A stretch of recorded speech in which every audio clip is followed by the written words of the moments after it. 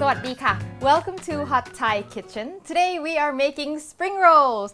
Probably the most frequently ordered appetizer in Asian restaurants if we put them all together. But today we're going to make a Thai-style spring roll, which is actually really easy and you can make a bunch of them, freeze them, and fry them whenever you need. So it doesn't have to be a big production. So I'm going to show you a variation today that can be both vegetarian and not, so this works for everybody.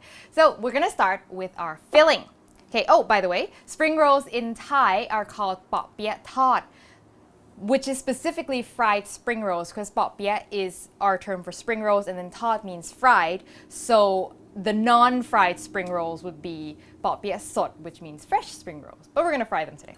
So the filling starts out with glass noodles. Glass noodles we've worked with before in several dishes. And so what you want to do, as per usual, they start out dry. Soak them in water for 10 minutes until they're soft. And then for this, you want to cut them into short pieces, okay? Because we're putting it in spring rolls. You don't want to bite it and pull, and then there's big, long noodles coming out.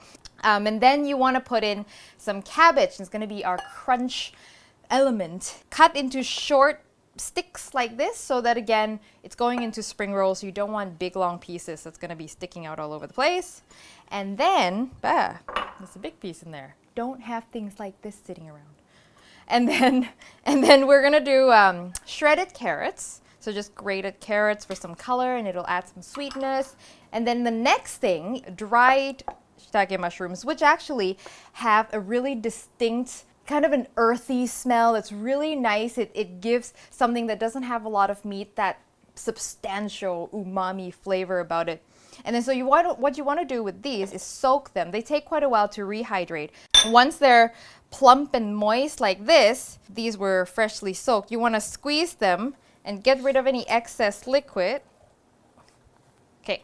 We're going to cut these into small little pieces. And I just wanted to show you, just so you know, if you haven't worked with shiitake mushrooms before, you know what to do with them. Turn them around and cut them into tiny little cubes, brunoise, for those of you who want to know the technical term for this. Okay, what else have we got? Oh, cilantro. So we're going to add cilantro, but we're going to add cilantro stems because the leaves will wilt and turn black and it's not appetizing. You don't really want to cook cilantro leaves, but stems will last longer. They're really aromatic. So that's our main sort of bulk of the filling. Our aromatics, we've got some chopped garlic and we've also got some white and black pepper. I'm using both because, if you know me by now, you know I like to use both white and black pepper.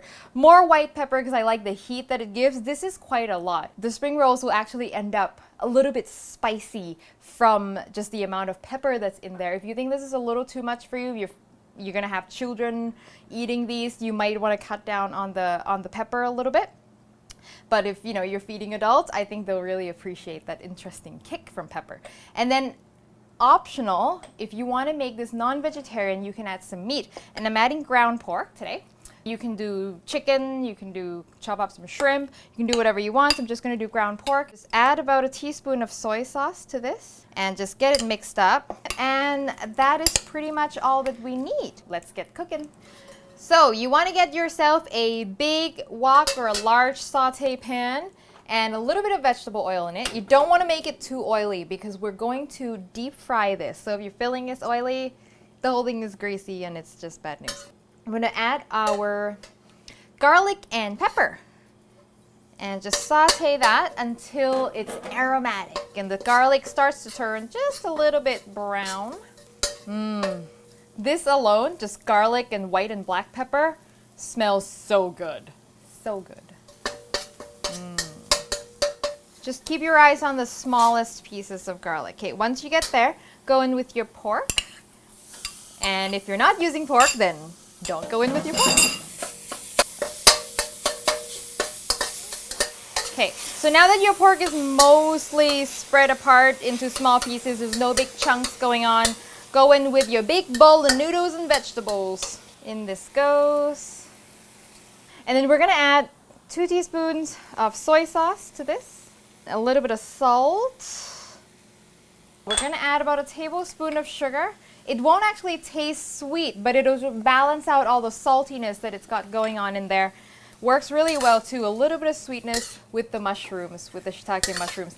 And that's it. All you gotta do at this point is cook this until the vegetables are wilted and the noodles are fully cooked.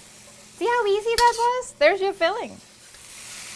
Okay, we're almost there. So you can tell if your noodles are cooked or not. One is they're soft, like they're not sticking up, they're really pliable.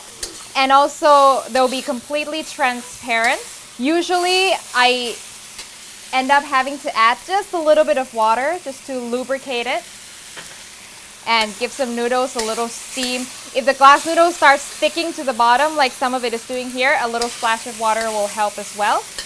I'm going to turn that off because I think I'm done. Okay, so now what you want to do here is taste it. Taste and adjust. I have been known to eat a bowl of filling as my dinner. I pre-made the filling and then didn't get around to wrapping it, so I just ate a bowl of it for dinner. It's that good. A little more salt.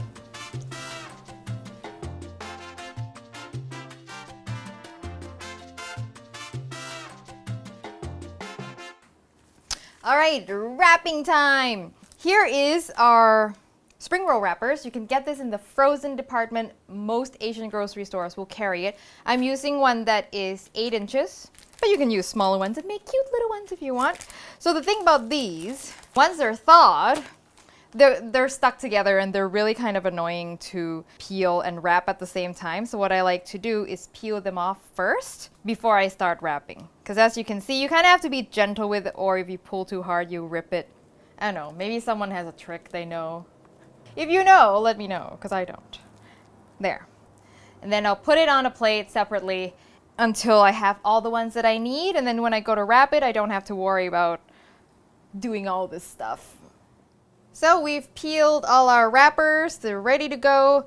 Just keep them covered with a lightly damp towel. And I say lightly damp because if your towel is wet, it'll actually wet your wrapper and they'll become mushy and whatnot. So while you're not using it, keep it covered so they don't dry out.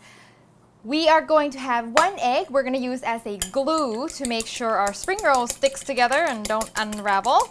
So just beat that really well. Get rid of any gloopy egg white bits.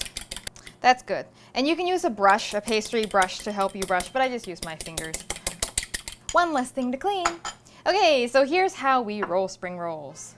This is my least favorite part of this whole thing, which is why I think I end up just eating the filling because I just get too lazy to roll. But if you've got kids, I think they'll enjoy it. Okay, put it sort of angled towards you. A heaping 1/4 cup of filling in there.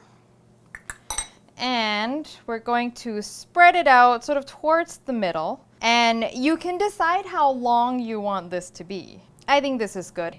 And then you're gonna go whoop over the top, put a blanket over him, push back so you've got this tight. Okay, you don't want to lose spring roll. And I roll over once really tightly. And then I put this over, kind of like a burrito. Okay, and then if it's ripped, like mine just did, don't worry about it.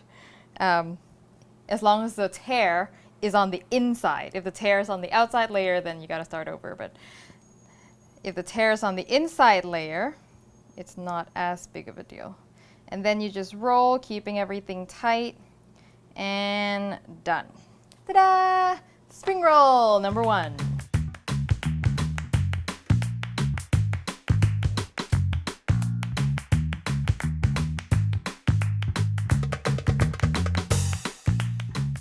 Time to fry. So I've got a wok, I guess this is called a wok, full of oil, just vegetable oil. I'm using canola oil, and we're gonna do the temperature at about 350. You might want to get it up to 375 because once you add a whole bunch of spring rolls, especially if they're frozen, the oil temperature is going to drop pretty drastically.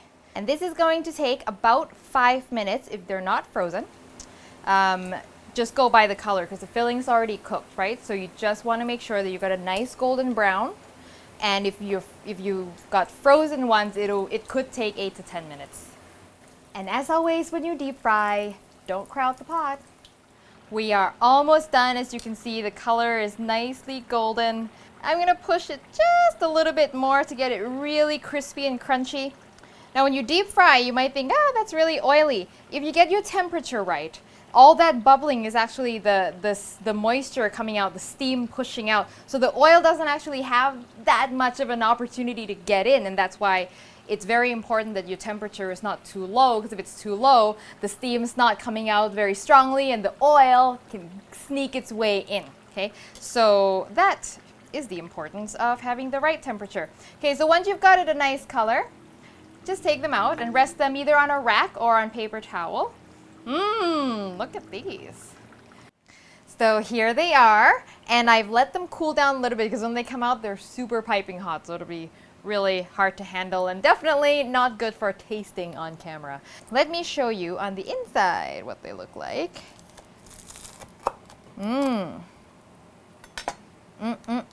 Look at that. So nice. And then when you have a party, just cut them on a bias like this. They look beautiful, and just kind of set them up like that on a platter. People are going to love it because they're pretty big. So if you want to use them kind of at a party, you want to give people a chance to take just half. Now, dipping sauce. I know you're thinking dipping sauce right now. A really great dipping sauce for this is a sweet and sour chili sauce. You can buy them in bottles, but I do have a recipe for it if you want to make it from scratch. It's in the video for shrimp cakes that I made a while back, so I'll put the link to that at the end as well. Let's give it a try.